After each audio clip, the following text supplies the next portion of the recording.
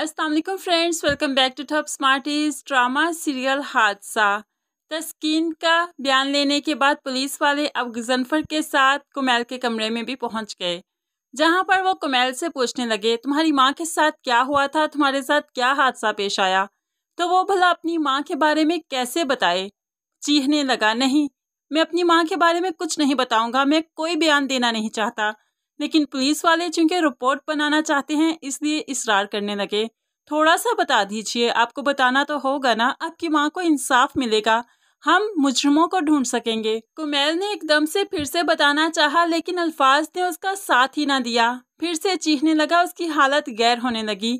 मैं अपनी माँ के बारे में नहीं बता सकता, मैं बात नहीं कर पाऊंगा, बाबा इन्हें ले जाइए, मैं बयान नहीं दूंगा।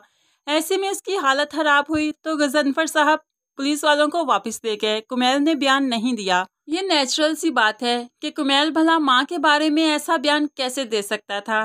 तस्कीन जो कि कुछ दिन गुजर गए तो कुछ होश में आई, आज गजनफर से कहने लगी, कुमैल से मिलना चाहती हूँ, उसका सामना तो एक दिन करना ही है, मेरा सामना करवा दीजिए। अब गजनफर तस्कीन को लेकर कुमैल के कमरे में जाता है। माँ जाते ही कुछ बोल ना सकी, जबान ने साथ ही नहीं दिया। दोनों माँ बेटा एक दूसरे के गले लगकर खूब रोए, यहाँ तक कि चीखों की आवाज़ पूरे अस्पताल को सुनसान कर गई। दोनों चीखते रहे, रोते रहे और उनके दिमाग में वही सीन चलते रहे। आखिरकार आज दोनों माँ बेटा डिस्चार्ज होकर घर वापस आ गए। यहाँ पर आकर ऐना ने माँ को गले लगाया और उन्हें तसल्ली दी। बख्तावर भी अपनी भाभी के दुख को महसूस करते हुए उन्हें तसल्ली देती है, लेकिन सास को तस्कीन का वापस आना ज़रा पसंद नहीं आया, इसलिए वो चाहती थी कि तस्कीन अब कभी वापस ना आती। लेकिन है तस्कीन का घर था, वो वापस तो आ ही गई। गजनफर ने तस्कीन को उसके कमरे में लटाया और खुद बाहर चला गया। बाहर लॉन में बैठा बहुत ही तड़प रहा है, रो रहा है कि ये हमारे साथ क्या अनहोनी हो गई। ऐसे में माँ आकर बेटे के पास बैठ जाती है और कहने लगी, जितनी जल्दी इस हकीकत को तस्लीम कर लो तुम्हारे लिए बहुत अच्छा है कि इंसान जब मर जाता है तो मुर्दे पर मिट्टी डाल देने से ही सब्र मिलता है, फिर चाहे वो मौत इज्जत की ही क्यों ना हो।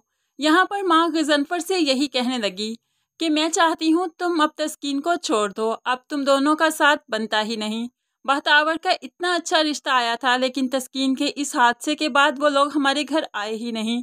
आगे तुम्हारी औलाद भी है, ऐना का कैसे रिश्ता आगे बढ़ेगा। तुम्हारे 2 बेटे भी हैं, सिर्फ एक तस्कीन के लिए पूरे खानदान को बर्बाद मत करो। माँ ने तो अपना फैसला सुना दिया, लेकिन गजनफर भी तस्कीन को किसी कीमत पर छोड़ना नहीं चाहता, हमेशा उसके साथ ढाल बनकर खड़े रहना चाहता है। लेकिन माँ ऐसा नहीं चाहती, अपना फैसला सुनाकर चली गई। तो गजनफर भी टेबल पर जोर जोर से अपने हाथ मारने लगा कि आखिर ऐसा क्यों करूं मैं। दूसरी तरफ तस्कीन जो कि सो रही थी, अचानक से डर जाती है। बेड से जब उठी तो उसके जिस्म ने उसका साथ ही नहीं दिया। वो अपने पैरों पर अपना जिस्म खड़ा कर ही नहीं पाई कि वहीं पर लड़खड़ा कर गिर जाती है। ऐना और तुराब ने जब माँ के कमरे से गिरने की आवाज़ सुनी तो फौरन से पहले भागते हुए जाते हैं। क्या हुआ मामा, आप गिर गई, क्यों गिर गई, यहाँ तक कैसे आई।